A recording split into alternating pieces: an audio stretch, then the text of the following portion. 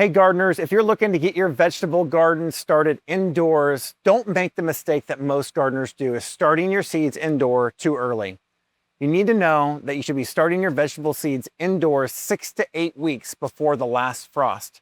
It's so important to make sure that you're not growing your plants too large and them getting leggy before they go outside. Well, when do you do that? That's a great question. Every area of the country is different. For the Kansas City area, which is where we're at, we want to think about being somewhere between the middle of April to the beginning of May is normally when we'll see that last frost. So working backwards 6 to 8 weeks for those vegetables, starting your seeds indoor is critical.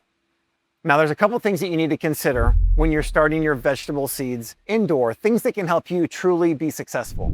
This seedling guide, this vegetable guide is a great resource. You can check this out on our website at familytruenursery.com. Really love this. It's got a really nice guide of when you should plant things to when you'll have harvest. And on page 19, you can find out all about seed starting. So check that out. That's a great way to get started. You have to know that it's all up to you. You're the gardener. You're the chooser of your own destiny. And what you got to choose now is the seeds that you want to start in your garden. There's so many options. I really like Botanical Interest. They've got a great array of vegetable seeds to choose from. At the top, they've got this little green bar. Those are also the organic options if you want a seed that's been sourced organically.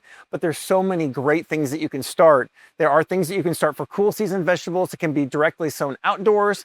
And there's things like the warm season vegetables that can be started indoor. I want to focus in on the things that should be started indoors, the warm season vegetables that you should be starting now. Normally by the end of February, the beginning of March, it's the perfect time to be starting your tomatoes and your peppers, two of the most popular crops to be growing in your gardens in Kansas City. So what do you start your vegetable seeds in? Seedling trays. This is a great place to start. These are some plastic options or a coco coir option. The coco coir can be planted directly from that coco coir into the soil. But if you got good root and development, you can pull them out and then make those transplants. Starting these indoors, something you need to keep in mind is that you're not just using dirt. You're not just using soil from your yard. You're using a premium seedling mix. You want to make sure that you've got really good aeration in that soil so that the roots can develop, they can grow, and ultimately so those seedlings can thrive. Once you plant your seeds inside a nice seedling mix, you'll cover it lightly with vermiculite to help retain and hold in that moisture. Which brings us to our next point, watering. It is so critical that when you're watering your newly transplanted little seedlings in the tray, that you keep the soil moist, making sure to not overwater them, waterlog them, and create this mucky situation where they just stay oversaturated with water. Now, another ingredient that is needed for success in starting your seeds is sunlight and heat. They go hand in hand, but you can manage them differently.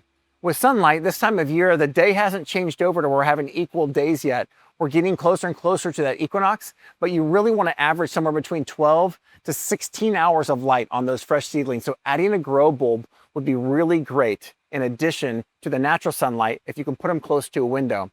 Now, just because it's close to a window doesn't mean it's getting the heat that's desired or required for seedling growth.